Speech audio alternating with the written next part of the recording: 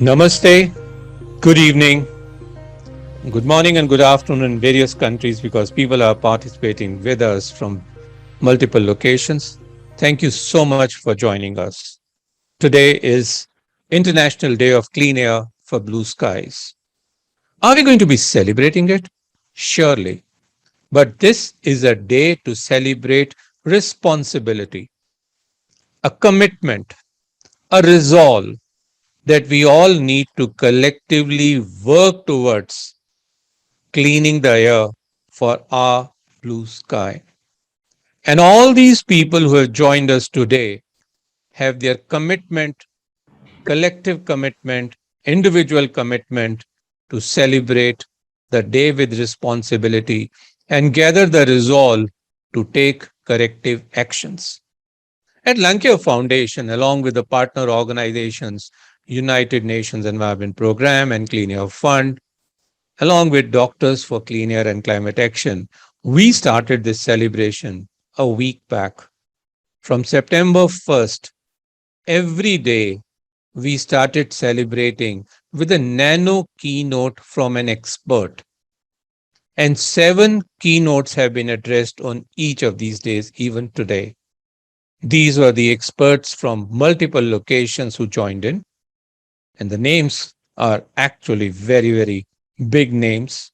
Dr. Ashutosh Guleri from Palampur, Dr. Rashna Hazarika from Guwahati, Ms. Veena Reddy from USAID, Dr. Carmen Uppal from Lung Care Foundation, Mr. Sonam Wangchuk from Leh Ladakh, Mr. Vijay Shekhar Sharma, the founder of Paytm, and Dr. Sagnik De from IIT Delhi.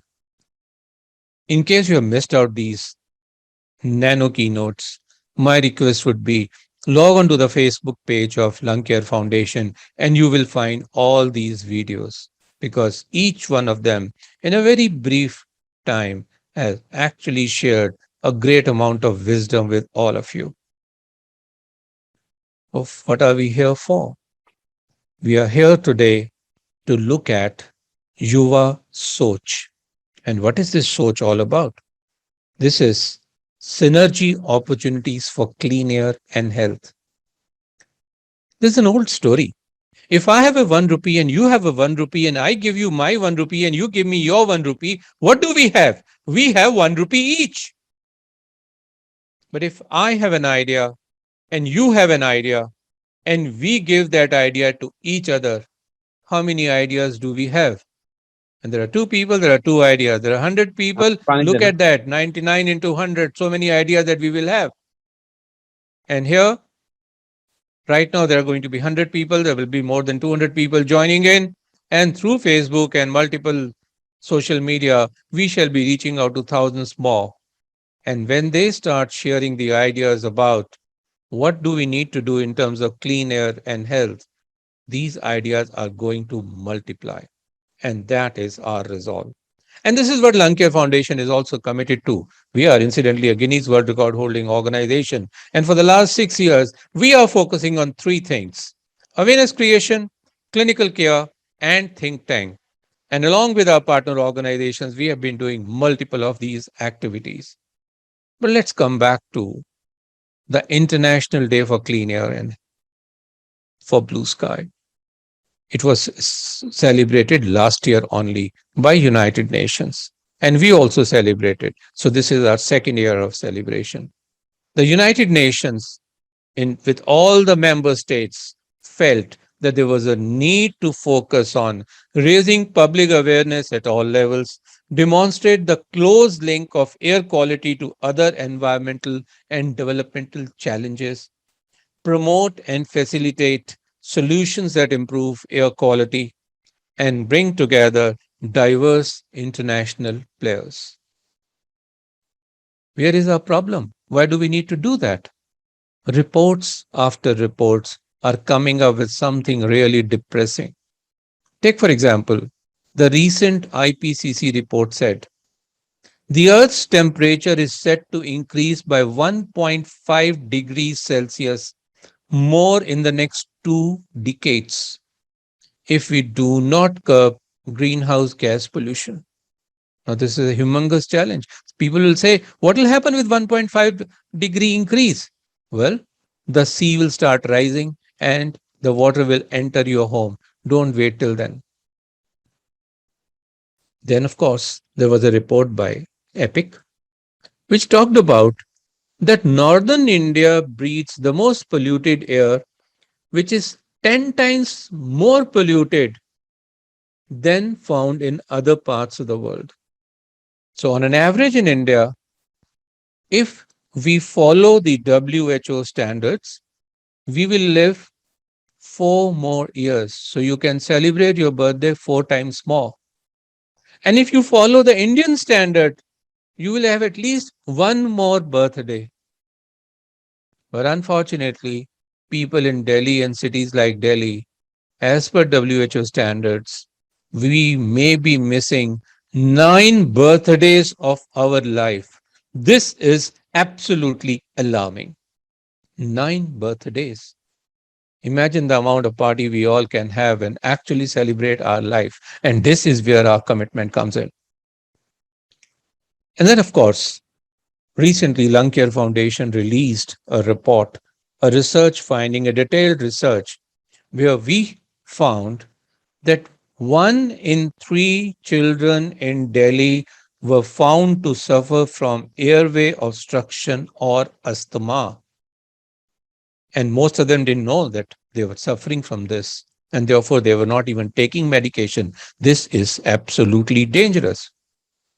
And of course, the study found that boys have a twofold higher chances of having asthma. This was strange.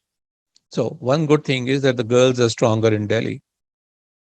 And of course, the study also found that obesity is a major risk for influencing asthma, and 39% of children in Delhi were obese.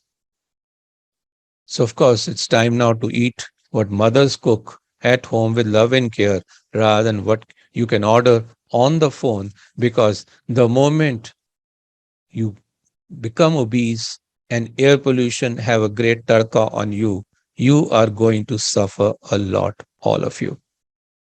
So what are we going to be doing? We need to now think in terms of what could be the Yuva Soch here.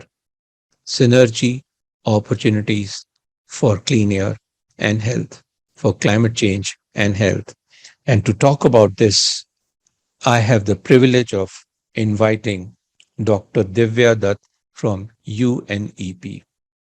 Now, we are running against time, so it's going to be more like a 1 day, I would say rather T20 cricket tournament, where people will have lesser time and they will have to actually score at a very high pace. So I'm sure Dr. Divya Dutt is going to follow the same formula. So may I request Dr. Divya Dutt, who's the Program Management Officer in UN Environment Program. She has a doctorate in environmental economics and over 20 years of experience in applied policy research on environment issues, to be the opening bats person for the program and demonstrate how, in shorter duration, you can actually talk plenty of things. Divya, please. Thank you very much, Dr. Khurana, and you've placed an enormous responsibility on me to be the sort of opening bats person.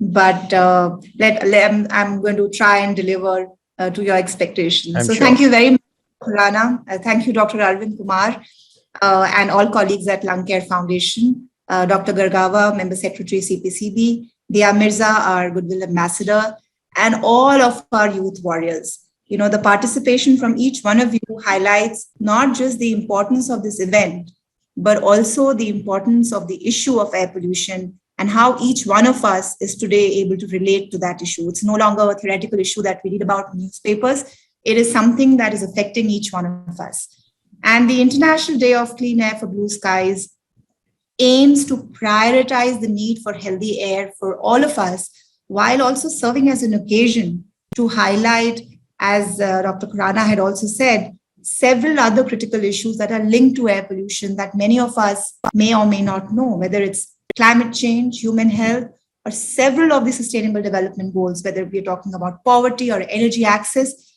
there is a very close link to air pollution. Air pollution, as we know, endangers health. Dr. Khurana spoke about it. It shortens life expectancy. It also causes major economic losses. It impedes the formation of human capital, and it does so in a way that disproportionately affects the poor and disproportionately affects children, as he spoke. And by damaging the health of children and impairing brain development, air pollution reduces the formation of critical human capital and threatens the very foundation of the growth and development of our country. A soon to be published UNEP report is going to highlight some of these costs, but these are all known to us. I think the important point that we must drive home today is that air pollution control should not be seen as an expenditure. It needs to be seen, for all these above reasons, for all the above costs, it needs to be seen as an essential investment into our future. And I think that's the really important thing, that as youth, we need to really drive action and decision makers to do for us. Over the last few years, of course, we've seen in India that air quality action has moved closer to the center of political and economic decision making. However, a lot more lies ahead of us. A lot more needs to be done. The United Nations Program and the Climate and Clean Air Coalition are present in India to support the efforts of the Government of India and other stakeholders to address this serious menace of air pollution that we are facing. I'm not going to get into too much of what UNEP is doing. Let me say just that we are working on helping everyone understand better what the sources of air pollution are at multiple levels, whether it's a city level or a district level, and then also sort of support capacity building, training, awareness, and mobilization of effective partnerships for solutions to address the various causes of air pollution. And we are working across states of India and across stakeholders in doing so. We are also helping generate science and evidence that can help us in better decision making. There is a report that we are working on with the Central Pollution Control Board and several other technical partners, which is funded by the Clean Air Fund, which will be published next year, where we are trying to do an India-wide assessment of air quality. And the idea is to build and use a consistent set of indicators which can help us in monitoring progress and build common goals for air quality. So this report and analysis of this kind has the potential to become an annual assessment and a tool for supporting our policies on air quality management and strengthening the implementation of the fight against air pollution. But let me say that even with all that the government is doing, all the momentum that air pollution is getting, and the small efforts that UNEP is making, the real catalyst of change undoubtedly is the youth. And we are so glad to see the enthusiasm among our youth friends who have joined us today with the kind of information that is available to all of you at the click of your fingers. If the youth of India decide to lend their voice, to lend their resolve and their action to this cause, then this can really shape the future and help us turn this dream of blue skies into a reality. So let me stop here and hand it back to Dr. Khurana, in the hope that I've stuck to the time that was given to me, and that we can have more time for discussion at the end. Thank you, Dr. Thank you so much, Dr. Divyadatta. This was a very charismatic presentation where you highlighted that expenses on air pollution is actually an insurance and not just a cost. And we don't need to waste our energies on superficial treatment, but focus on the root cause itself. And of course, you highlighted that youth holds the key. Whereas, when I speak in various conferences, I also add something more. When elders tell that youth is going to do the correction part, I say I disagree, because if the damage is done by the elders, they have to correct it. The youth will definitely help them, assist them, because they need to live in the future. But the elders cannot absolve themselves from any responsibility as of today. So all the elders need to ignite the youth within them to do something. And therefore, it is very vital that we all consider ourselves to be youth and use the same vigor and energy to bring out the solution. Thank you so much, Divya. This has been wonderful. And now let me invite another person to play his charisma, by in a short duration of time score high points. We have the pleasure of inviting Mr. VK Shukla, Additional Director, Center Pollution Control Board. So now we have even the government talking on the platform, which is a very vital thing because we always say public and private partnership is necessary. Government will play an important role, but public cannot absolve themselves of their responsibilities. Let me just quickly read out about Mr. VK Shukla. He is the additional director in Center Pollution Control Board. He is also the member of National Knowledge Network for Management of Air Quality in the country. Presently, he is head of the Air Quality Monitoring Network Division in CPCB and responsible for implementation of National Ambient Air Quality Monitoring Program of the country, besides other activities relating to air quality management. And here is the quality person talking about how to ensure clean air for blue sky. Thank you so much, Shukla ji, for joining us. Over to you. And very briefly, we would love to hear your pointers. So, Thank you, Dr. Khurana. Actually, Dr. Prashant Gargo was to join this meeting, but he is with minister and some other activities, engaged in some other activities. So I got this opportunity to interact with the young minds and with this panel. So as we are celebrating International Day of Clean Air for Blue Skies, and the aim is to highlight the importance of awareness and promote and facilitate the action to improve the air quality. Now, since we all know, and Dr. Arvind Kumar is also here, and he is spearheading the movement about the air quality and how it is impacting the health. CPCB has also conducted a lot of cities, and we have seen that how the air quality is impacting the children and the young population and the elderly people. And you have already highlighted that how Indo-Gangetic Plain and areas which have high pollutant level are greatly impacted, and the mortality and morbidity, everything is related to health and how air quality is playing its role. Now, during COVID also, we have seen how man-made activities have resulted so much pollution that when we see the blue sky as we are planning and trying to reduce the pollutant level to see that blue sky because of less pollution in our cities. And Himalayas were visible, India Gate was so clear, and there was clean air all around, water was better, and environmental carrying capacity was taking care of itself to assimilate the pollutant which were present in the environment.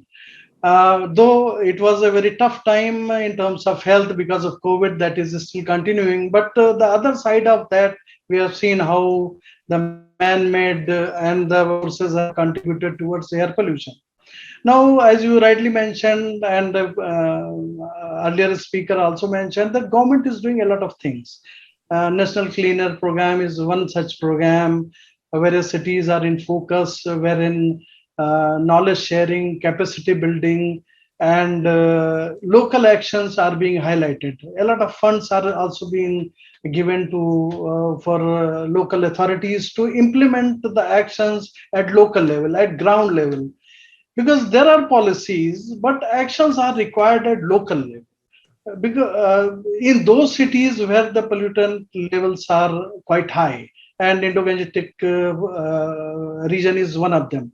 Though general perception is that here also, I take this opportunity to say something about the air quality scenario in the country. There are certain regions in the country like Northeast, hilly areas and coastal regions which are having better air quality.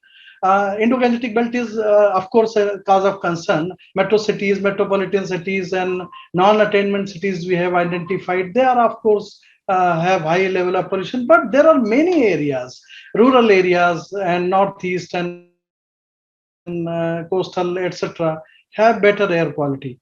But still, the cities which are within limit, having better air quality, they are at the verge of exceeding the limits. So we need to take urgent action there.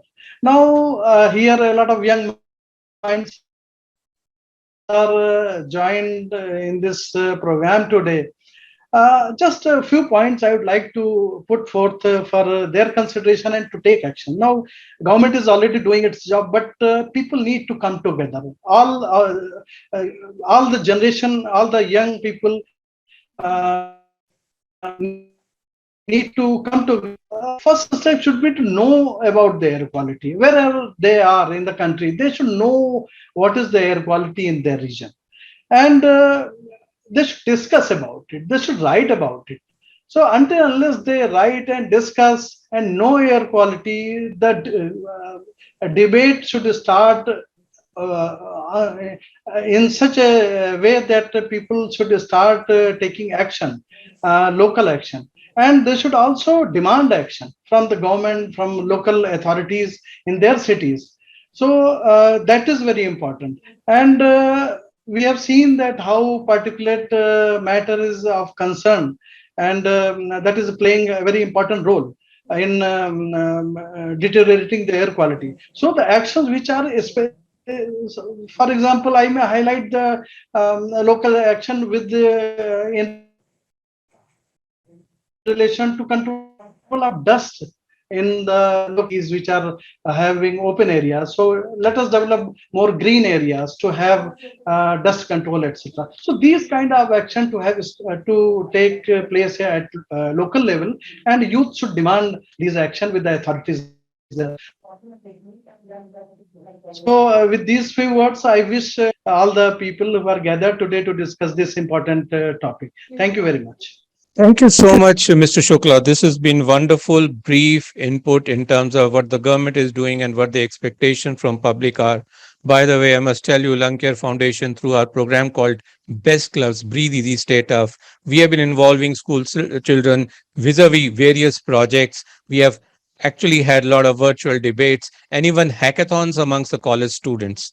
But the need of the hour is a very strong public-private partnership where we need to focus on four things. Of course, monitor more from the government side, share more from the government side, involve more, and of course, impact more. And this will go hand in hand. Thank you so much. This has been wonderful listening to you. We are really grateful for your taking out time and joining us today. Thank you so much. Time now that we now move to Dr. Arvind Kumar to talk about healthy air, healthy lives, healthy planet, and understand his perspective. Dr. Arvind Kumar is the founder and managing trustee of Lung Care Foundation.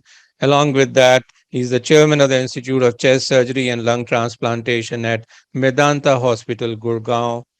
And he is a leading thoracic surgeon of Asia and an active voice representing the health community on international platforms like WHO, UN, and World Economic Forum. He's an extremely busy person. He's a very good friend of mine, but I can only see him these days on television. So let me have the pleasure of inviting Dr. Arvind Kumar right now. Thank you, Arvind, for joining. Please. Thank you, Rajiv, for those words. I don't know how many of them were true and how many, there was a little bit of dash, and a very That's warm my masala style, so that's okay and accepted. Yes, it's always a pleasure to hear these lovely words with little bit of, or sometimes lots of masala, Rajiv. Thank you so much.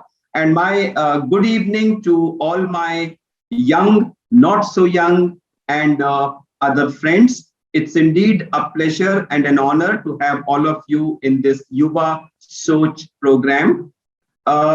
Air pollution is something which impacts everyone from yet to be born child to elderly people. No one escapes the ill effect. Anyone who is breathing is under the impact of air pollution. And now we have the twin problem of air pollution and climate change, which is associated, the factors being common. And in the next 10 minutes, I'll just take you through the twin problem of climate change, air pollution, its impact on health, and how the fossil fuels that we use every day are the main driver, which way are we headed, and end with a special request to our young colleagues to take this up and give us the solutions. Climate change is a systematic change in the long-term state of the atmosphere over decades. It's being observed more and more, and the primary factor which is driving it is the fossil fuel burning. I'd like you to focus on this slide. On the extreme left, we've shown the 6 gases which actually form the main greenhouse gases responsible for the greenhouse effect. The left picture is what happens normally before this thick layer of greenhouse gases collected. So solar energy radiation used to come on the earth. Most of it was redirected back into the space. So the very little heat was actually getting down to the earth. When there was normal atmosphere with minimal levels of carbon dioxide, methane, and other gases. As we kept burning fossil fuels over the last many decades, there was a thick layer of these greenhouse gases which has formed around the atmosphere, which allows the solar radiation to come onto the earth, but importantly, prevents most of it from being directed back into the outer space. So there is less heat which is escaping back into the space. With the result, the net heat that is becoming available on Earth is more, and that is what is fueling the rise in temperature across our planet. Now, this is mainly because of the human activity. It's influencing the atmosphere, it's influencing our oceans, and it's influencing the land also. Our planet's temperature has already risen by 1.18 degrees Celsius since the late 19th century, mainly driven by carbon dioxide, and mainly in the last 50 odd years, which have contributed far more than the contribution we had earlier. And it is expected that if we continue like this, there will be between 1.5 to 2 degrees Celsius rise with a lot of side effects or deleterious effects. These effects will be on the ocean. The ocean absorbs much of this heat, so the ocean temperature will rise. There will be a lot of absorption of this CO2 into the ocean, leading to ocean water becoming acidic in nature. A lot of ice will melt from various areas, which will lead to massive rise in the sea levels. Our glaciers will keep retreating, and this also will create huge problems that we are already seeing. And the most dreaded of this is a mean sea level will rise significantly, leading to drowning or submerging of many of the cities in India, Mumbai, Chennai, Visakhapatnam being the main, they will bear the brunt of the attack. If we look at any chart, we'll realize that all these are not something which are projected to happen a decade or century later. They are already there, and they are influencing the global climate, and they are influencing the local weather and climate with higher average temperatures. Every day we hear that temperatures are creating a new record in various cities. The wetter areas are getting wetter, the dry areas are getting drier. There are more frequent and severe heat events. There are droughts, there are rains, there are cyclones, there are floods, there are high tides, and all kinds of natural disasters are occurring. Climate change, which is related to air pollution, friends, is the biggest global threat of the 21st century. But it's not a chemical issue. It's not just melting of ice or acidification of ocean water. The biggest problem with this is it will bring about massive health problems. And that is what brings me into this field. all these extreme weather events will lead to a lot of injury, illness, and death. There is expected to be a serious increase in the cardiovascular and chest problems. There is expected to be food and water insecurity, which will lead to crop yields becoming lesser. Quality of water will go down, and all this will add to the socio-economic inequity which already exists in these areas. Vector-borne diseases like malaria, dengue, all these are expected to rise significantly because of these problems. If you see here, there will be problem of food, there will be problem with our air, there will be problem with water, and all these will lead to a massive additional deaths per year because of a series of health problems ranging from heat stress to malnutrition, diarrhea, malaria, dengue, respiratory and chest problems, and numerous other problems. Any system in the body that you can think of will be adversely affected by these.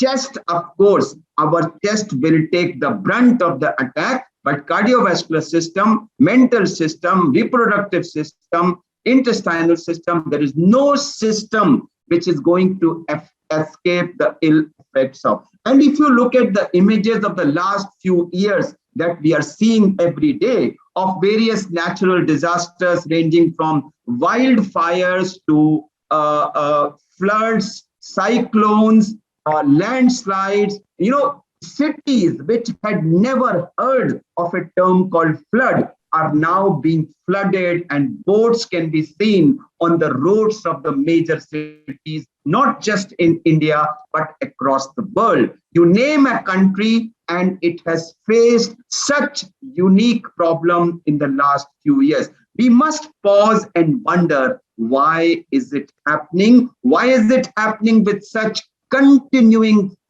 regularity? Why is it happening more and more that people are going to mountains for fun, but are ending up losing their lives because of natural disasters? Most importantly, when I look at our preparedness for facing all these problems, and I ask a question to myself, well, there are these changes which are already there on the horizon. Are we prepared for it? Are we aware of it? Are we really gearing up for facing the challenge? Well, friends, the answer is no. Neither are we properly aware of it, nor are we making any efforts to prepare. And how do we prepare ourselves? Well, friends, most of these problems are occurring because of tons and tons of carbon which is being released into the atmosphere because of the unrestricted misuse, if I may use that word, of fossil fuels, whether it is wood, whether it is coal, whether it is petroleum products across energy, transport, food, industry, agriculture, and numerous other sectors. This is what is driving this change. And unless we stop the use of these fossil fuels and shift to renewable green sources of energy across all those sectors like solar energy, wind energy, or water energy, which are unpolluting clean sources of energy, things will not change. A lot of people say it's going to be very expensive. It's very expensive. It's not doable. But friends, there is enough science, enough evidence available now that in the last 20 years or so, the cost of producing energy for use across all these sectors from these sources has tremendously come down. It is in fact almost at par now with the fossil fuel sources, and therefore we have no choice but to change. Also, if we look at the cost of the impact of these on the health and look at it against the cost of changing to clean fuels, we will realize that the cost of change is much, much, much less than the cost of not change. And I dare say that if fossil fuels continue to be used at the present pace, the day is not far when actually human race may become fossil. And therefore, what do we do? As a doctor, when I talk to people, when I travel across the country, across the world, I find my observation is lack of information is the biggest challenge. People are not even aware. And it's very surprising that despite so much of discussion on the TV and other media, there is still isn't enough and correct information available with the people. So to me as a doctor, the first challenge is that the health impacts of air pollution and health consequences of climate change,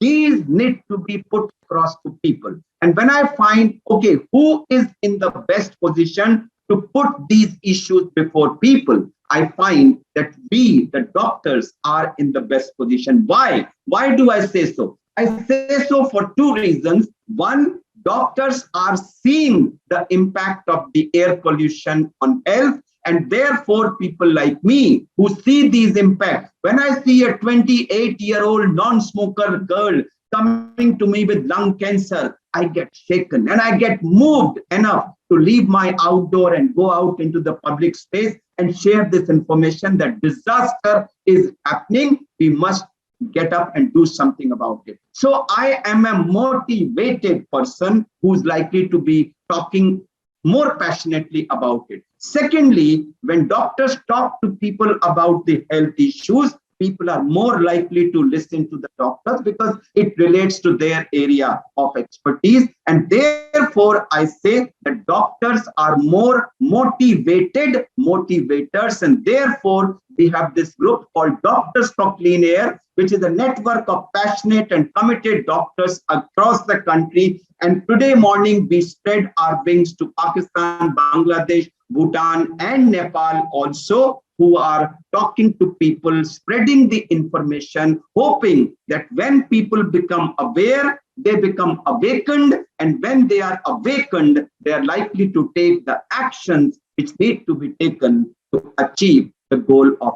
clean air. So we have a large number of our national associations which have endorsed this, and over 200,000 doctors cutting across various disciplines are now member and supporting this group. So I will end by saying that climate change is the biggest global health threat along with air pollution of this century. We, the doctors, are an important and powerful voice which can make a difference. And therefore, I appeal to all the doctors, and more importantly, I would like to appeal to our Yuva friends who are part of this webinar today to join hands. Anywhere you want us to come and make a presentation, just reach out to us. We want this information. You help us reach this health impact information to every household in the country. And I'm very sure that when the correct information is shared with them, everybody will join hands. It will become a people's movement.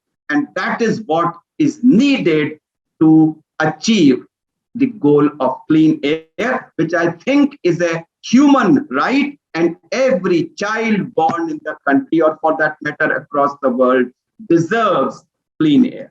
Thank you very much. Thank you so much, Dr. Arvind Kumar. Listening to you always fills me with lots of energy. Your three features in your talk are very important. You made your talk scary with facts. You made your talk advisory in terms of actions. And of course, your talk was full of hope because you believed in the capability of the youth to turn around the situation and get into the action. And of course, motivating the motivators is something which really enthuses and inspires everyone. Thanks a lot, Arvind, for joining us and sharing your thoughts. Time now to move to the key influencer, the thought leader in our country, a very, very important person on the program today, Ms. Dia Mirza, to join us. Dia ji, thank you very much for joining us today.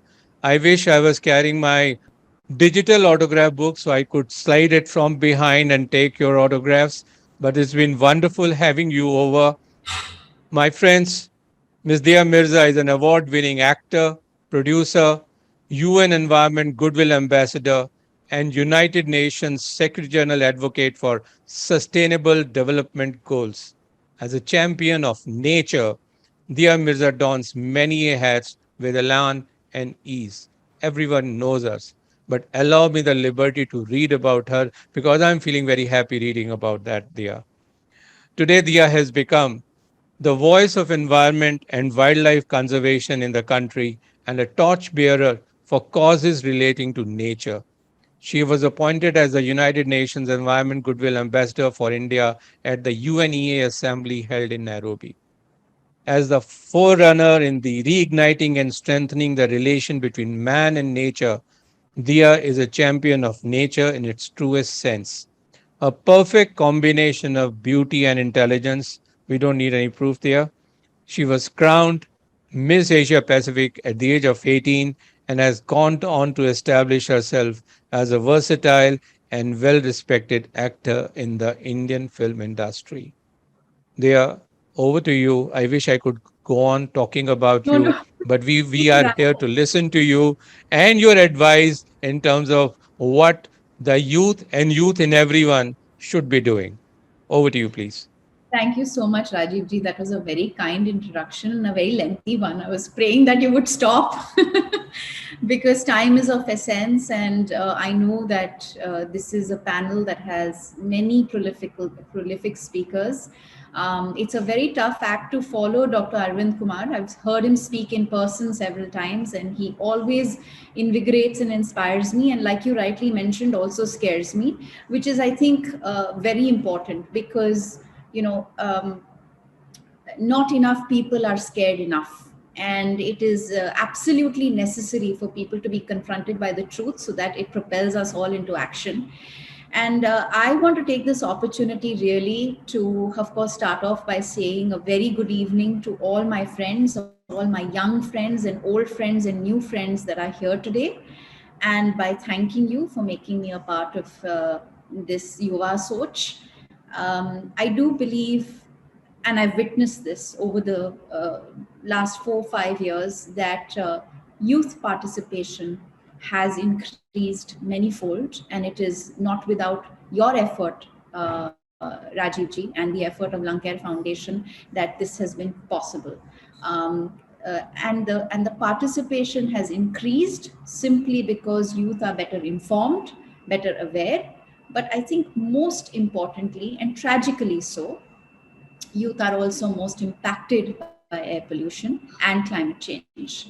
And it is because young people are suffering from asthma and other debilitating lung function issues. And also, Divya highlighted the fact that there is enough scientific evidence that is being gathered now to show how even brain health, so how you think, how absolutely every aspect of a child's development is impacted by air pollution. And families are experiencing this, parents are experiencing the pain of it, children are experiencing the pain of it. And I have to tell you that my first interest in air pollution started when I discovered my mother has COPD. And it was soon after I discovered my mother's lung ailment that I started questioning and understanding many things. This was about 6 years ago. And at the time, there were very few cities that were recording air quality levels. In fact, I remember there were certain states that were refusing to install monitors, air quality monitors, because they were afraid it would impact the tourism of those cities. Much has changed since then.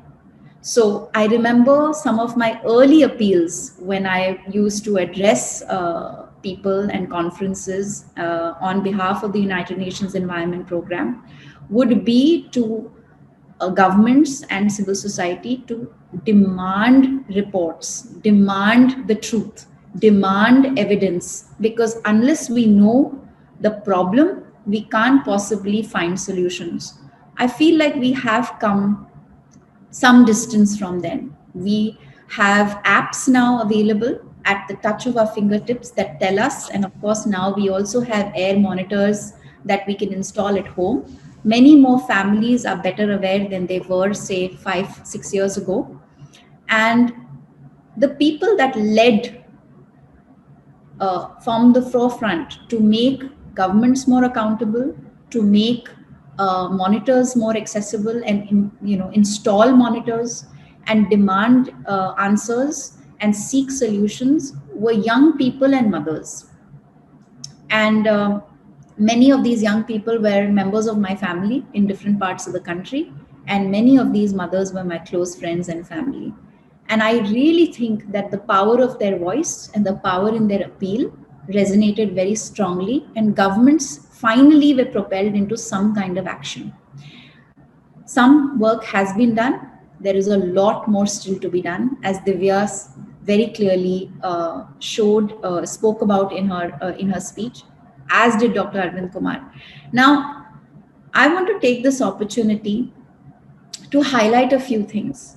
One is that when we talk about climate change and we talk about the health of the environment, Dr. Arvind has made it so clear that both are deeply connected, as is human health.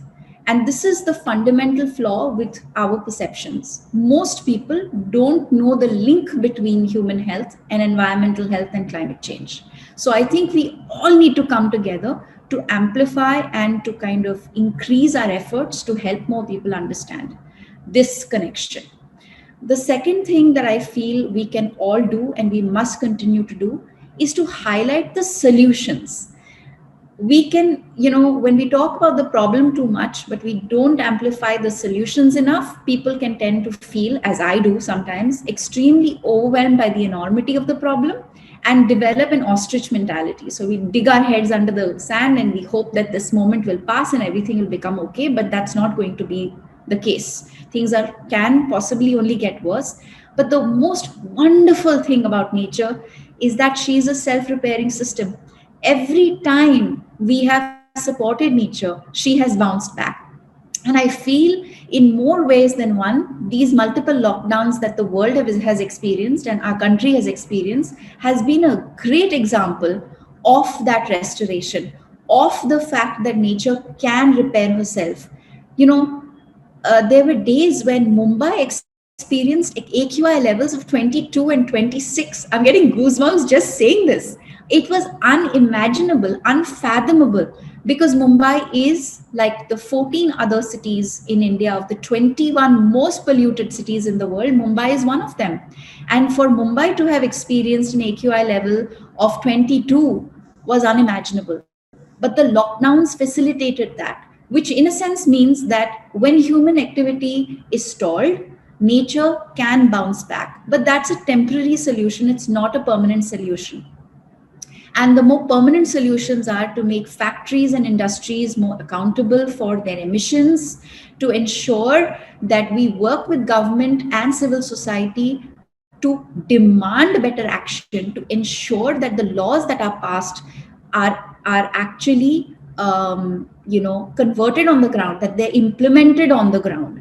The second thing that young people that can do, the third thing. So the first was advocacy. The second is demanding that industry and civil society starts implementing the laws that are there to protect our environment and ensure environmental and air pollution levels are not increased. The third thing that young people can do is to make a chart and make a list of all the actions in everyday life every one of us can implement to bring about and reduce air pollution. Now, many people do not connect our consumption patterns with air pollution. So by doing simple things like managing our waste better, I know some extraordinary young children in Delhi who are at the forefront of going door to door and converting neighborhoods into green neighborhoods by managing their waste better, starting off by segregating wet and dry waste and then taking it to the next level, helping people understand how wet waste can be composted, how dry waste can be further segregated, how it can be introduced into the circular economy, etc. And these are children at the age of 9 and 14 who are doing this. And they're doing this because they discovered that air pollution is waste management is connected, and a lack of waste management is connected to air pollution. So how we manage our waste on a daily basis can make a big difference in reducing air pollution. The other things that I think young people can implement in their daily lives, and of course impart that knowledge to many others, is to reduce consumption. So reduce, don't buy, don't use, don't wear, don't get things you don't really need. Reduce consumption, recycle what you can, refuse what you can, and for practicing a more plant-based diet. So eating seasonal vegetables and fruits, eating less meat can make a big difference in improving the health of the environment and also reducing air pollution. The other thing that I think young people can do is to ensure that more people around them discover these simple daily actions. Of course, reducing carbon footprint would mean traveling more sustainably, using more public transport, walking more, cycling more. These are also actions that really help. Refusing single-use plastics or any kind of plastics as much as possible can also help with managing and reducing air pollution. I think one of the most important things that I would like to highlight is that, you know, this new generation has an increasingly strong social and environmental awareness and the energy and the knowledge to lead our societies towards a climate resilient future. And I say this with absolute humility and do it with responsibility as an elder, because I think it's also unfair to constantly demand that our children lead the way. I think what we need to do is support the young generation to ensure that demands are met and their voices heard. So just as much as young people can make a difference, I think the two political parties, the most powerful political parties on the planet, are the Bachcha Party and the Buddha Party. So the Buddha Party has to help the Bachcha Party move forward and demand the action that they want. I think young people are engaged at a local, national, and global level. We are seeing what Fridays for Future movement and many other movements are doing across the planet. There are many young panelists also who have joined us today, who I know are making a huge difference by not only raising awareness, they're running educational programs, and they're adopting environmental friendly practices and implementing adaptation and mitigation projects. And they're doing it at all kinds of levels, small level, big level. The United Nations system, I think this is so important to recognize, and I feel so proud about being an ambassador to the UNEP and the United Nations, because the system recognizes the key role that the youth play in tackling climate change, and we work very closely with youth-led and youth-focused organizations around the world, and have constantly given young people a platform for their voice to be heard. I don't believe many young voices would have managed to reach the number of people as they have if it wasn't for the United Nations Environment Program and the UN. Children and youth of this world have a say in the future. And I think this is so important for young people to recognize that aapka hak banta hai. It is your right. It is your fundamental right, but it's also your fundamental responsibility and duty to raise your voice, because you are the stakeholders of your future just as much as the elders in your family are. And, it's not just because of the expected future and the impacts of it, but because of your ability, the young people's ability to define and deliver answers that make it a significant and a very important thing for you to step forward and speak about the deteriorating environment. I'm not going to keep you much longer. I feel one of the things that is seriously missing, and I was looking at the chat and the comments of young people within the chat. So there were two things that they specifically asked for. One was solutions, which I have highlighted some. And the second thing was how necessary it is to ensure that education, the curriculum, what we are studying in schools and colleges and universities, and how it needs to include climate change mitigation and environmental consciousness. These are two things that have to be included in curriculum. And I really believe that Dr. Arvind Kumar, your Congress, your leadership, and Lung Care Foundation, Rajiv Khurana ji, all of you can make a very big difference. And of course, UNEP in India can make a big difference in ensuring the curriculum, the education syllabus includes these very pressing, important subjects, but not theoretically. I think what teachers and schools need to do is to make it action driven, give young people the opportunity to discover the change and the solutions they can bring about in their neighborhoods, in their homes and society. I have a lot more to say, but I'm not going to take too long. I just want the young people to remember something very important. The youth population between the age of 15 and 24 years is at 1.2 billion, and a further growth is anticipated. Investments in youth must be channeled to enable them to adopt sustainable methods for environmental problems. I think this is also another very important thing, because the work can be done if investments are made. Right now, young people are struggling to make things happen on their own. We need to back them, support them, and invest in them and their efforts. I can see Aditya nodding his head, agreeing with me, because I know how hard he struggles to make things happen. But you keep soldiering on, Aditya. I'm watching you closely, and I'll always highlight what you do. I want to end this by saying that I'm very thankful to the United Nations Environment Program and to the Lung Care Foundation for inviting me for this youth-oriented dialogue. And I sincerely hope that all these discussions today lead to significant action, and we should not at any level ever feel pulled down or upset or depressed about the enormity of the issue at hand, because I really believe that every action will count, and together we can and we will make a difference. And within our lifetime, within this decade, which is these 10 years, we will bring the change that the world needs to see, and we will work in partnership with government and civil society. Thank you so much for having me. Thank you so much, dear. This has been wonderful listening to you. You were speaking from your heart. The passion was reflecting. It was no dialogue writers, dialogues that you were churning out.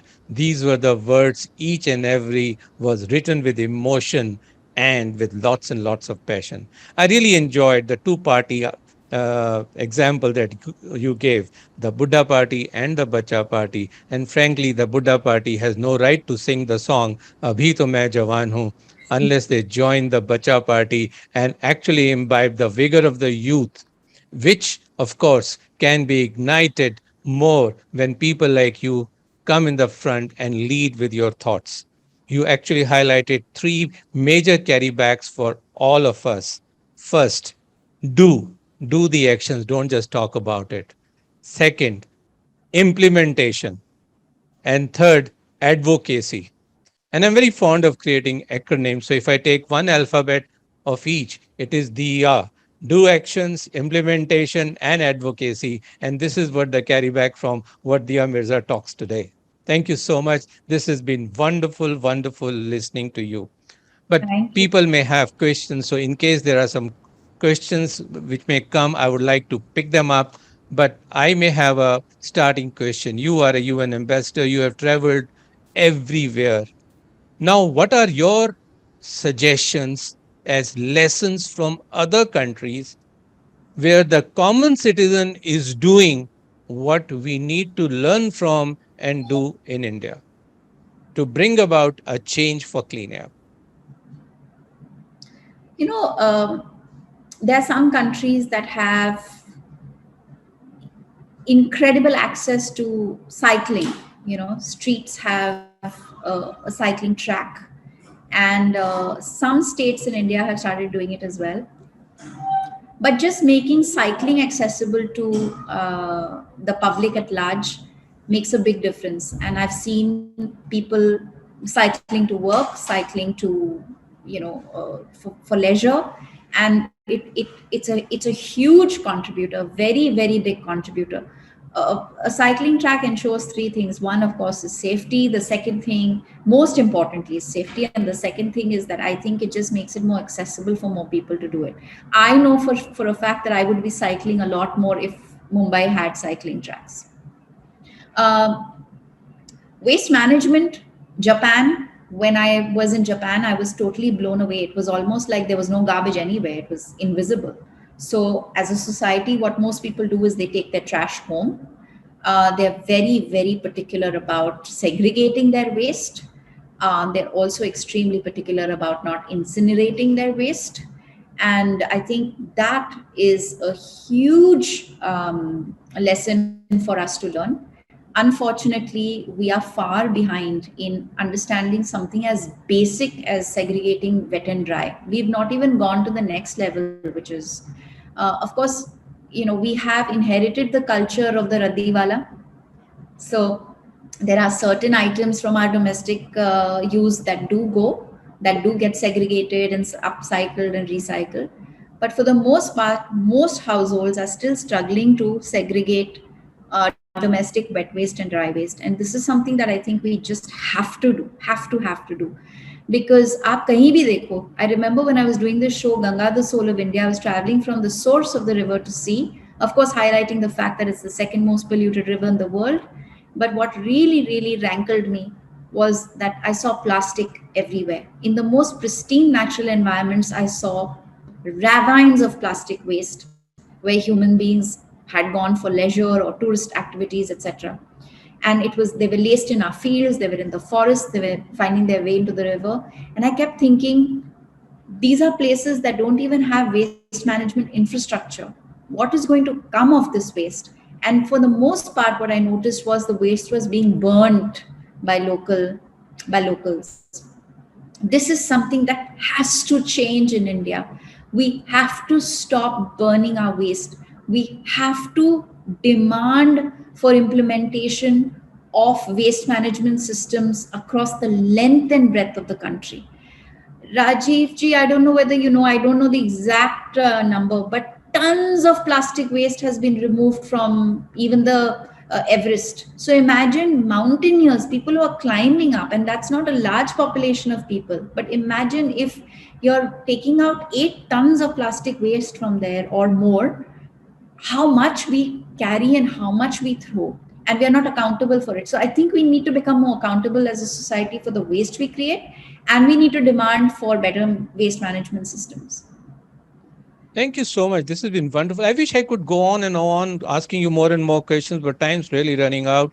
But let me just take one question from the audience. Pearl Jan has asked a very pertinent question, and I mean, I really love this question. Let me just read the question. She says, we tell our elders to take steps about air pollution, but if they don't listen to us, so what should we do? Now, here we want the youngsters to lead, but if the oldies are not listening, the Buddha party, what is your advice to the Bacha party? I'll give you an example from my own experience. When I first started, say, carrying a metal bottle wherever I went, right? I was carrying my own bottle. I would refill the bottle from a filter because I was refusing single-use plastic bottles to bring down my plastic waste. People would mock me, make fun of me, ridicule me, and think that I was being really foolish. They thought that I was inconveniencing myself for no reason. Most members in my family didn't do the same thing. Today, every person who works with me, every member of my household, most of my friends carry their own bottles. So I think when you consistently implement the change in your actions every day, people will follow. Very well said. Lead by example is the key, which is something that we all youngsters need to do so that others follow us. I wish we had more time to ask you so many questions, but this has been wonderful session with you. Your presence and ideas are very enlightening and inspiring for people at all ages. I'm much older than you, but I must bless you with a lot of strength and energy. So in times to come, you should be in a position to garner more and more people behind you to bring about the change and in the mission that you're working towards. Thank you so much for joining us. And I really wish if you could stay for some more time and listen to the youngsters who are now going to be discussing things relating to the Yuva Soch. So I'm thank you looking so forward much. to listening to all of them. I will be Wonderful. right here. Thank you so Thank you so much. Thank you. So it's time now that we also share with you a short video, Diyaji, in case you could see that also. That's a 1 minute video which talks about the resolve of today's youth. May I request my team to share the video? Judith, please.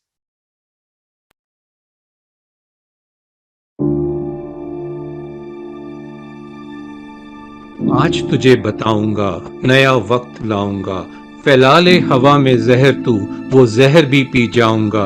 आज तुझे बताऊंगा, नया वक्त लाऊंगा। मैं हूं भारत का युवा, समझता हूं, सोचता हूं, मुश्किलें जितनी भी हों, सही काम करता हूं, करके तुझे दिखाऊंगा, नया वक्त लाऊंगा। क्लाइमेट का चेंज हो, साफ हवा की रेंज हो, घर से लेके बाहर तक सभी को मैं समझाऊंगा, करके तुझे दिखाऊंगा, नया वक्त लाऊंगा। होगी आसपास में धूल कम और पराली की भूल कम, गाड़ी से धुआं मैं घटाऊंगा, दिखाकर मैं समझाऊंगा, करके तुझे बताऊंगा। एक युवा एक पेड़, बढ़ जाएंगे लाखों अनेक, मिलकर करेंगे काम नेक, हरियाली मैं बढ़ाऊंगा, करके तुझे दिखाऊंगा, जल्द वह दिन लाऊंगा। सबका प्रयास होगा, सबका विश्वास होगा, सही सोच मैं बनाऊंगा, नया वक्त लाऊंगा, दुनिया को मैं दिखाऊंगा।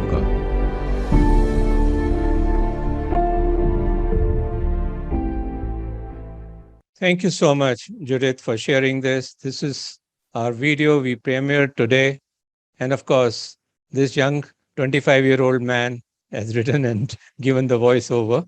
Thank you so much, friends, for joining in. And it's time now that we also go in for a poll. And I want everyone to respond to this poll. And this poll is going to take a minute. After that, we shall be opening our discussions. And I also read some comments relating to the e-certificates. Rest assured, your e-certificates will reach you in your email box within 6 days. So rest assured about it. So don't keep writing about it. It is our duty and responsibility to make sure that all of you get your e-certificates. Over to the poll now, and kindly look at the screen. I'm going to be launching the poll, and you have to give a quick answer to this. The questions are very simple. How urgent is India's need to work on issues relating to clean air and health? Absolutely important, reasonably important, not so important, not sure. A second quick question is clean air and health part of our social conversation? You have a single choice, regularly, sometimes, or never. Question number 3. How regularly do you keep updating your knowledge about clean air and health? This is what Diyaji also has been talking about. You read, you hear, you view almost every day, occasionally, not very particular, not at all. And last question, who amongst the society members are responsible to work towards clean air and health? School students, in the age bracket of 10 to 17, youth in the age bracket of 18 to 39, adults above 40, none of the above, all of the above, and you are not even sure about it. So I have so far 65 people who have already responded. Let's move faster in the next 30 seconds. Let's have fastest fingers first. Get all the responses as fast as possible and see what the Yuva Soch talks about. And Yuva doesn't mean your age. The Yuva inside you is very vital, my dear friends. We have almost 100 people who have responded. We have crossed the 60% mark.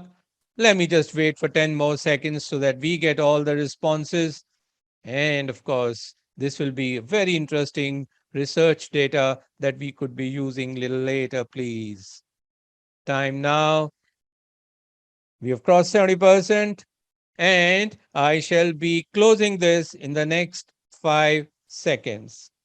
5, 4, 3, 2, 1. and 0. Thank you so much for responding. We have received over 110 responses, and let me end the poll now. And let me share the results with all of you. When we ask the question, how urgent is India's need to work on issues relating to clean air and health?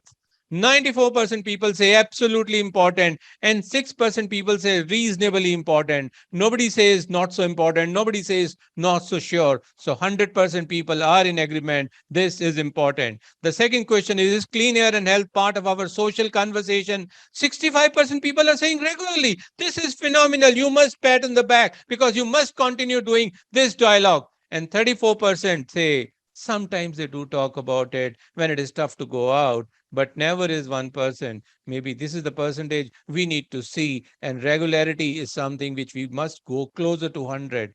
How regularly do you keep updating your knowledge? 59% say they read, hear, view almost every day, and 38% say occasionally, and 4% people say not very particular. And who amongst the society are responsible?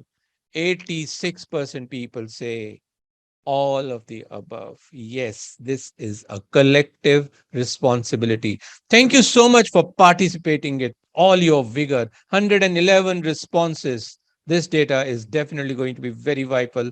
Thank you so much, all of you. Let me stop this and get into a conversation with my young friends.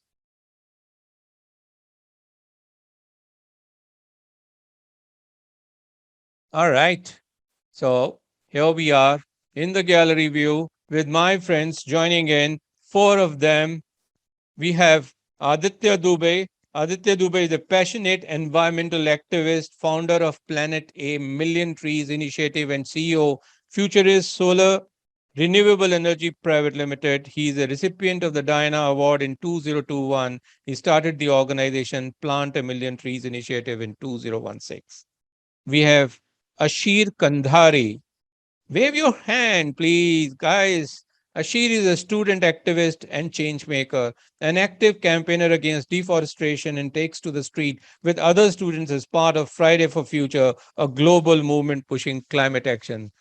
Welcome, Ashir. Srijani Datta, we have Shai Srijani. Srijani is currently pursuing a bachelor's sociology at Hindu College, Delhi University. She has been involved in the climate activism space for the past 2 years and currently leads a team at Youth for Climate India. Thank you for joining, Srijani. And now we have Sonali Java from Shriram College of Commerce. She is currently pursuing her master's degree at the college and is working as a project manager at Dharma Life, a social entrepreneurship enterprise working towards the UN Sustainable Development Goals.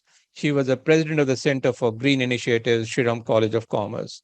So here we are, 4 young panelists along with a young moderator. My age is 25 years old permanently.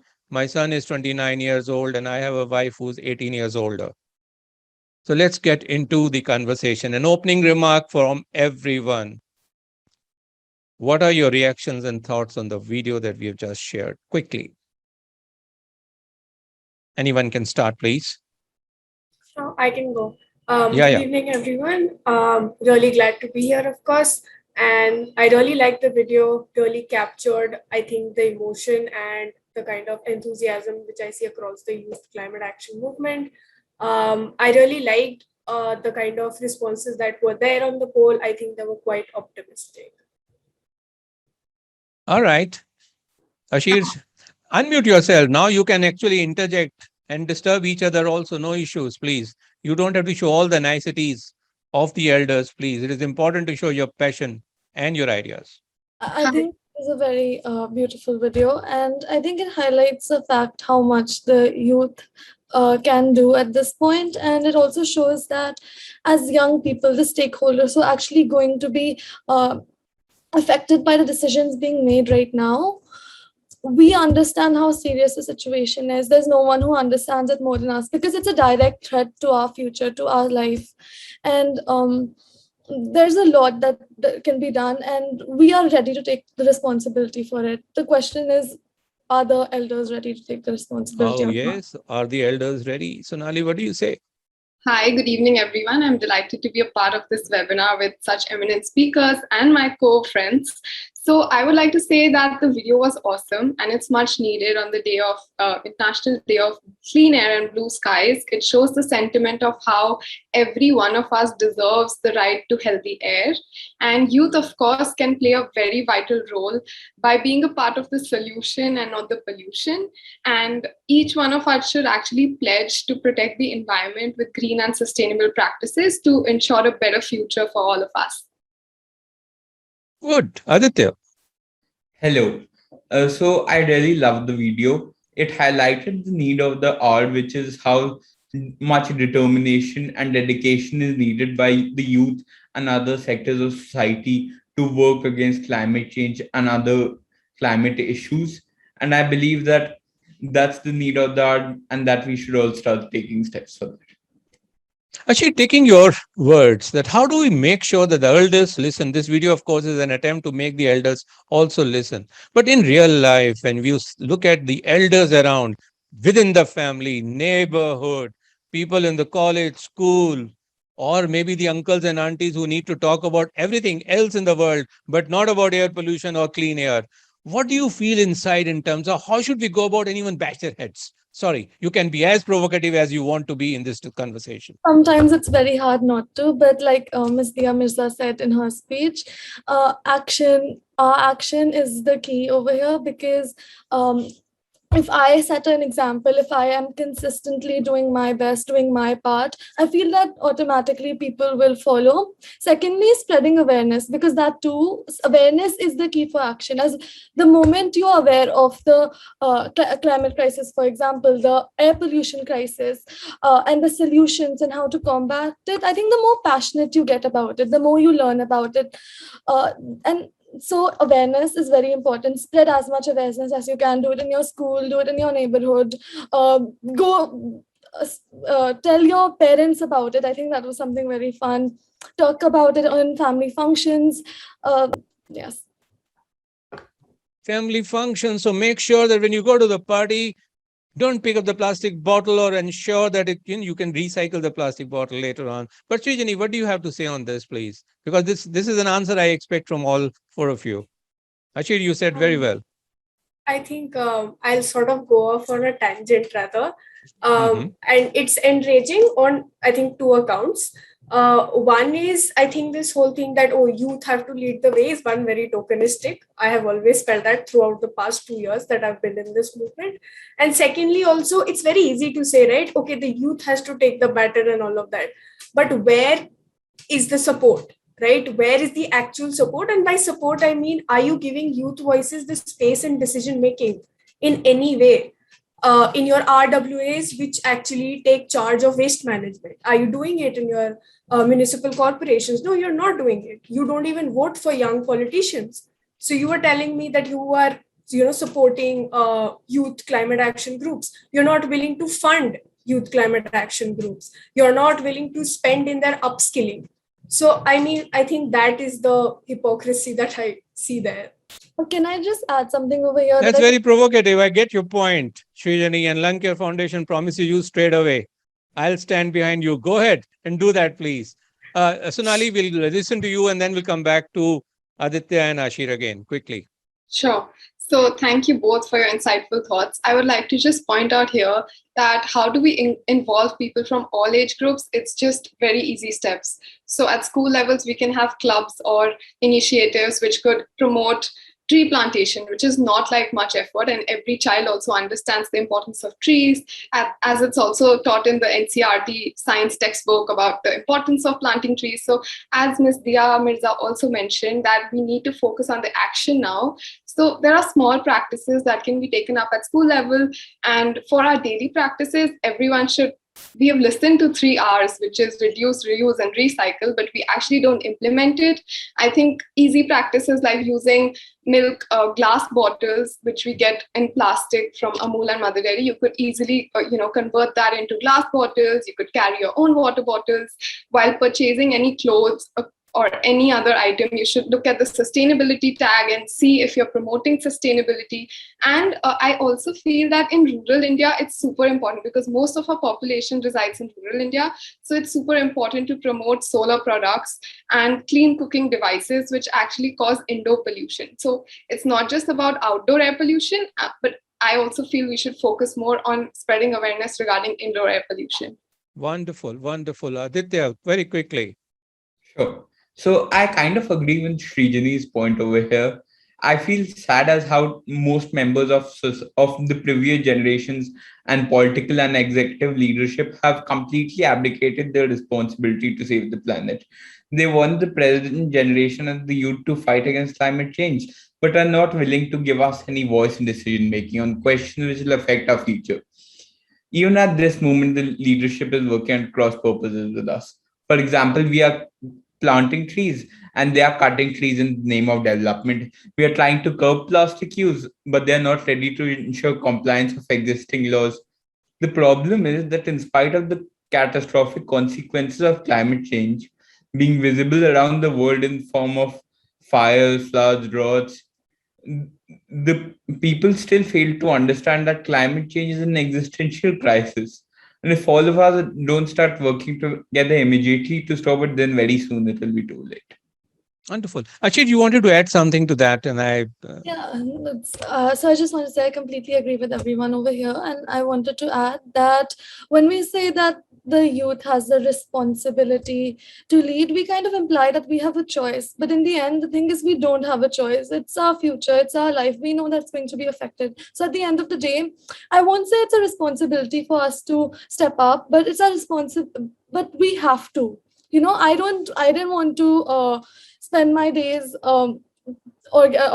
partaking in protests or go to participating in campaigns, but I did because it's the Aditya says, it's the need of the hour right now, and we realize that. And it's very important to recognize that. Secondly, individual actions are very important, like Sonali mentioned. But I think in the general perception, there should be a shift in the focus from the consumer to the producer also. Because at the end of the day, what we do does have an impact. But large scale impact can only be implemented by the authorities, by the corporations, if they stand up, if they take accountability, and they implement all the science and all the statistics that are being put forward every single day.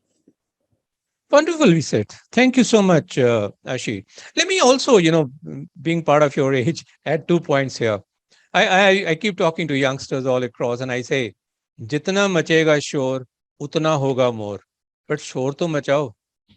It's like, ऐसे जैसे बारिश होती है ना. When you have 1 drop of water, we feel, where is this water coming from? 10 drops, it doesn't matter. But when millions of drops come together, it starts flooding. So when millions of kids will start making the noise, people are bound to listen to us. But this is a question of momentum with young leaders like you will have to actually create with support from all young leaders like us. The second pointer, which I always talk to youth and those who are listening, just make sure that whenever there are elders who meet you in the social gathering, their one question is, और बेटा आगे का क्या सोचा है?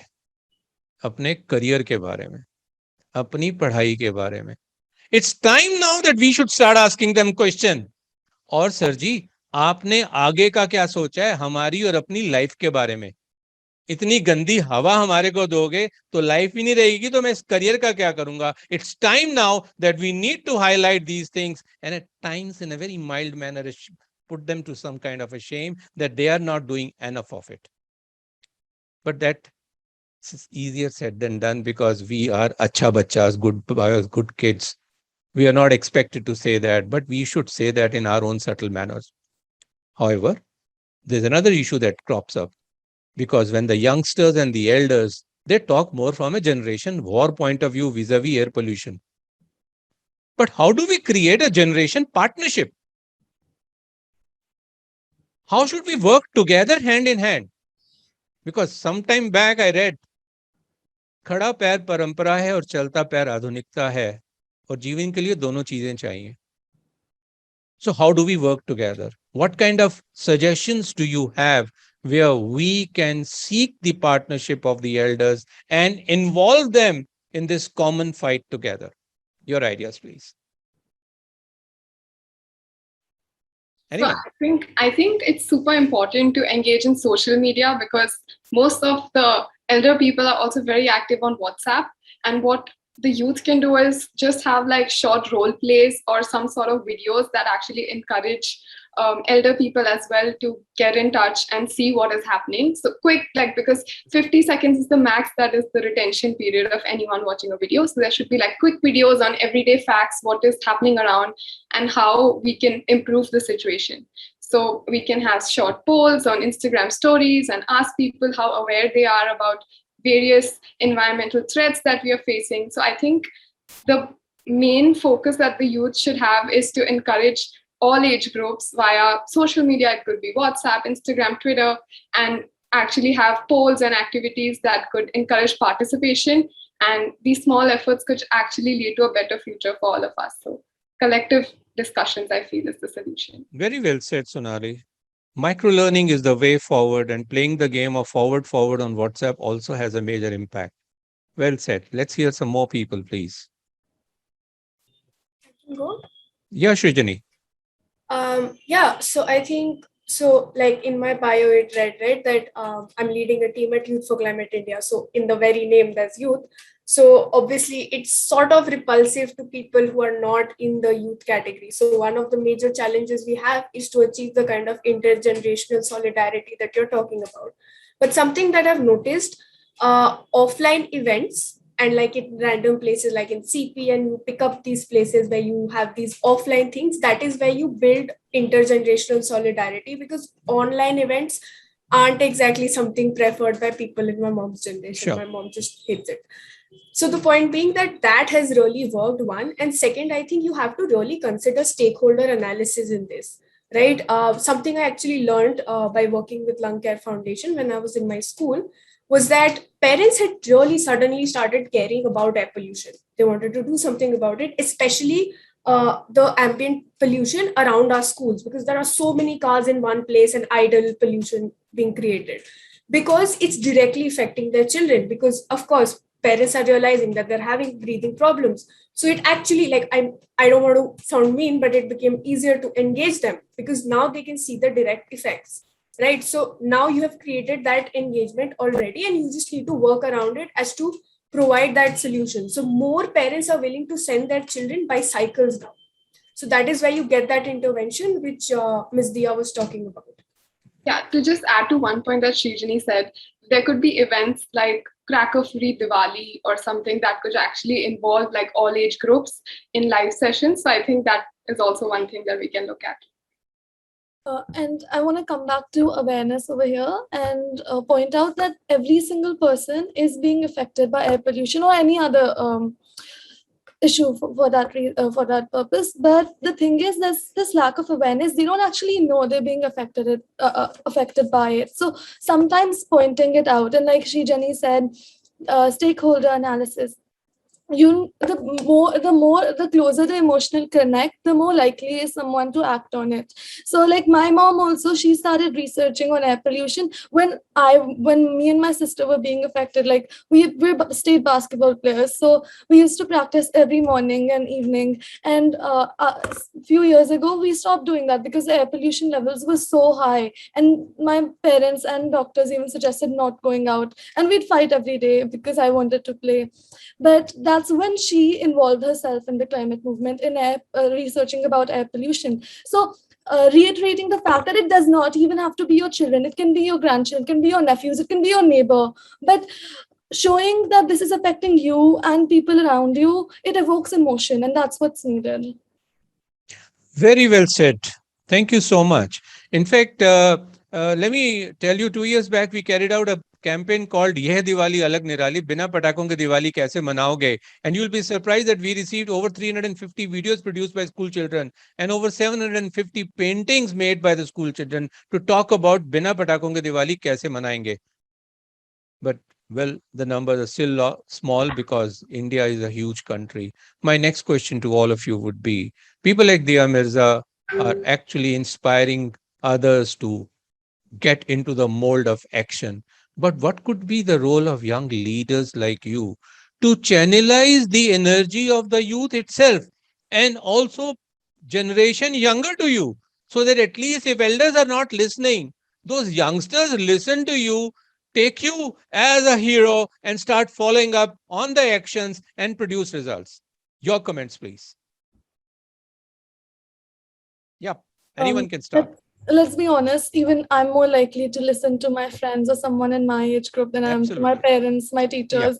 So I think, once again, coming as an example, taking the first step. So, you see that when you take the first step, people are more likely to come after you. You just need to do it, at the end of the day. So being an example, trying to have a genuine conversation. It doesn't even have to be some webinar like this, or has to be a debate or panel. Just put it into your general conversations in the day you have with your friends, and inculcate into, like you said, the little quiz said, social conversation. It helps a lot, at least with our generation. And then social media is a huge way to connect with the youth of the country, because almost every single person I know is in some medium of social media, whether it be Instagram or WhatsApp. So there's always ways to connect, and especially with COVID, I think all of us have gotten used to this online medium of communication. So now we're even a bit well versed in it. So there's more things to do and more ways to propagate awareness. Thank you so much, Ishi. Let's have a quick answer from everyone, please. I think Time's running out for us. to be a change maker, to have like people actually act upon this, everyone of us should be a change maker. We should indulge in activities which are possible in daily scenarios. That would include like more plantation of more trees. It could be discussions or polls, more on like general discussions, not making the young students pressurized, but rather just being in a conversational manner where they can also relate. So an effective way of this could be street plays or short films that Lankare Foundation also showed us right now. So I think these short ideas are really impactful, and they actually could help us mobilize more people act up on this issue. Thank you so much. Wonderful, Sonali. Let's hear Srijani and Aditya, please. Yes. So I think one point that was raised before, right? Consistency is key. So so it's very easy to just show up on climate strikes, I think, or on certain events, and then expect that you will create that kind of impact. For example, you can show up on today, which is the day for clean skies, or on Environment Day, but the youth will not. You're not creating spaces for youth to continuously engage, right? If you want them to continuously engage and to create an impact with the policymakers, because if you don't annoy policymakers every single day of your life, they will not listen. So to do that, you need to create that space. And I think in the last 1 year, that's exactly what I've worked on, that have made sure that there are more spaces for younger people to engage. For example, we're having webinars, we're having movie screenings, we're having these upskilling workshops. A lot goes into that. So it's all youth volunteers driving all of those conversations. And something that I'd like to mention here, I work with a lot of people who are older than me, like who are in their third year or masters or whatever. But I definitely prefer working with people who are younger than me, who are in school. They're way more committed, and they know what they want. They know what they have to do. Their research is better, and they're just really driven, I think. Well said, Srijani. Aditya, quickly, please. Of course. I believe that young people have the biggest stake in this battle, so we need to make it our foremost priority. We need to be out there on the street raising our voices for climate action. However, I also have a word of caution. The battle against climate change will not be won on social media. For example, sharing posters is fine and a good step, but it has its limit, and more work needs to be done on the ground. We need to change our own lifestyles and lead by example. Let's go plant trees, stop using plastic, stop using fossil fuel vehicles, switch to solar energy, reduce our carbon footprint, and help those who are suffering from the severe effects of climate change. We need to take some concrete steps against this issue. Then and only then will our voice be heard. And I believe we can reverse climate change if we fight it honestly, relentlessly, and together. And Time so is let's indeed start. running out, but I'll be failing in my duty if I don't ask the last question. India at 75 is next year's too soon, but India at 80, you would be in a more action mode. By India at 80, what are the one or two things you wish to move when we celebrate clean air for blue skies at India at 80? And don't take more than 10 seconds to respond, each one of you. Quick. Can I go? Yeah, please. One or two items. India at 80. There should be more transparency about who our politicians are taking money. No. What you are going to be doing. Forget about politicians. Don't think in terms of expecting the world to change. What you are going to change the world as. I think more youth participation, because then I'll still be youth. More so youth I want to be participation. there Very at the good. table. Ashir, Sonali, Aditya, quickly. Hopefully, I'll be leading a carbon neutral lifestyle. And I just want to say that for this, the citizens and the youth need to be empowered. You need to communicate with your councillors, with your municipal corporations, and that's essential for this. Good. Sonali, Aditya. Inclusive growth, inclusive more towards like rural citizens, urban citizens, so inclusive awareness. And second would be encouraging at least 5 people to shift towards a healthier practice for our environment and sustainability. Aditya, I hope you are planning to contest the elections also that time, no? Yeah, as others have said, more youth participation is vital, becoming carbon neutral, planting more trees. I have a goal of planting 1 million trees, so that's one goal.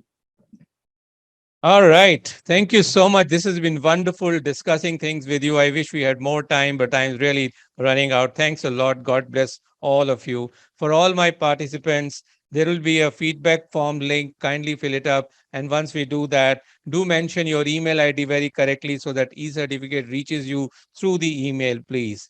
And this is the time also to thank all the people who have really worked hard in terms of making this event successful. I wish, in your opinion, this event has been successful. And if it is so, please type Y for yes or give a smiley in the chat box so that we can get an immediate response that, okay, you have liked it or not. Yes, okay, yes has started coming. Smileys have started coming. Yes. So we are very happy that people have started liking it. Wonderful. Thank you so much. We are celebrating, but we are celebrating responsibility. And therefore, it is very important that after this event, we take up our own action agenda to implement. And it is now the time to also say thank you to people who have been helping us from United Nations Environment Program. We are grateful to Atul Bagai, Valentine, Divya Datta, Digvijay Singh Bisht, Atima Mankhotia, and unfortunately, we lost Ananya. She was a prime mover of this event, and we have prayers for her. From Clean Air Fund, Richa Upadhyay and Akriti Kapoor, and from Team Lung Care Foundation, I'm really grateful to Dr. Arvind Kumar, Abhishek Kumar, Masri Shetty, Dr. Carmen Uppal, Dr. Gagan Deepika, Hamid, Ashok Mishra, Judith, Neha, and Kritika for all the support. And let me conclude with few lines. The poem which I wrote just an hour back in terms of clean air for blue sky. When I was a little boy, I loved looking at the sky, the birds, the clouds, and the blue sky spread around. At night, I played my favorite game, counting the stars on the vast sky frame. It's all gray when I look above now. We have spoiled the air willfully somehow. By working on hows and asking the whys, we can surely achieve clean air for blue sky. I wish we could soon change the canvas of sky. My friends and I are definitely going to try. My friends and I are definitely going to try. Thank you very much for joining us today. This has been a wonderful, wonderful event with you. God bless you all with lots and lots of energy and action so that next time when we meet in a much cleaner environment. Namaste from all of us. God bless you all.